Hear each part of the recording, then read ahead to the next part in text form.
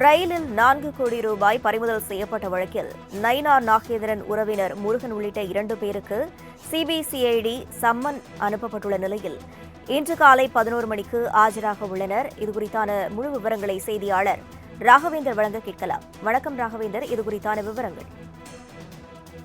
வணக்கம். கடந்த மாதம் 6ஆம் தேதி தாம்பரம் ரயில் நிலையத்தில் சென்னை எழும்பூர் நெல்லை விரைவு ரயில் சோதனை நடத்திய போது தேர்தல் பறக்கும் படையினர் உரிய ஆவணங்கள் இல்லாமல் எடுத்து செல்லப்பட்ட 4 கோடி ரூபாய் பணத்தை பறிமுதல் செய்தனர்.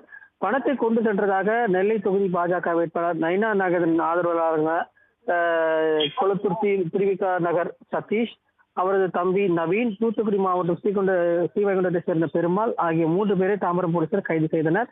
நயினார் நாகேந்திரன் தேர்தல் செலவுக்காக கொண்டு சென்றதாக கூறிய நிலையில் தனக்கும் பணத்துக்கும் எந்த சம்பந்தமும் இல்லை என்று அவர்கள் திட்டவட்டமாக மறுத்திருக்கிறார். இந்த நிலையில் வழக்குகள் ஆதாரங்கள் திரட்டும் வகையில் நயினார் நாகேந்திரன் நிர்வாகி என சென்னையை சேர்ந்த கோவர்தன் உட்பட 8 பேருக்கு தாம்பரம் மாநகர காவல்துறையினர் சார்பில் ஏற்கனவே சம்மன் அனுப்பப்பட்டது.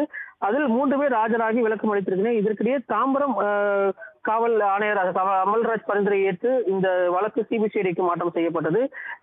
இந்த வழக்கானது சிபிசிஐடிக்கு மாற்றம் செய்யப்பட்டு கடந்த 26ஆம் தேதி இந்த வழக்கானது சிபிசிஐடிக்கு மாற்றப்பட்டது. இதைத் தொடர்ந்து தாம்பரம் மாநகர காவல்துறையிலிருந்து வளர்ந்த வழக்கு ஆவணங்கள் விசாரணை இந்த ஆவணங்கள் அனைத்தும் சிபிசிஐடிக்கு ஒப்படைக்கப்பட்டது. கடந்த 28ஆம் தேதி விசாரணை தொடங்கப்பட்டது. அதன் சார்பில் 3 பேரிடம் இந்த விசாரணையானது நடைபெற்றது. 350 பக்க விசாரணை அறிக்கையை ஆவணங்களை கொண்டு இந்த விசாரணையானது நடத்தப்பட்டதாக தெரிவிக்கப்பட்டது. அப்போது இந்த 3 பேரிடம் விசாரணை நடத்தப்பட்ட போதில் இதில் யார் யாருக்கு தொடர்பு இருக்கிறது என்பது குறித்து விசாரணையானது நடைபெற்ற போது இந்த முதல் கட்டமாக முருகன் உள்ளிட்ட 2 இந்த சிபிசிஐடி போலீசார் சம்மன் அளித்திருந்தனர். அதன் அடிப்படையில் கடந்த திங்கட்கிழமை அன்று இந்த 2 சம்மன் அளிக்கப்பட்டு விசாரணையானது நடைபெற்றது. இந்த நிலையில் இவர்கள் 3 பேருக்கும், அதாவது சதீஷ், பெருமாள் மற்றும் நவீன் ஆகிய 3 பேருக்கு இந்த சம்மன் அளிக்கப்பட்டிருக்கிறது.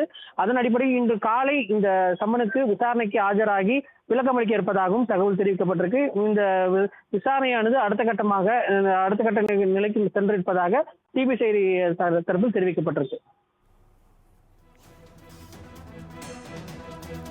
விவரங்களுக்கு நன்றி ராகவேந்தர்.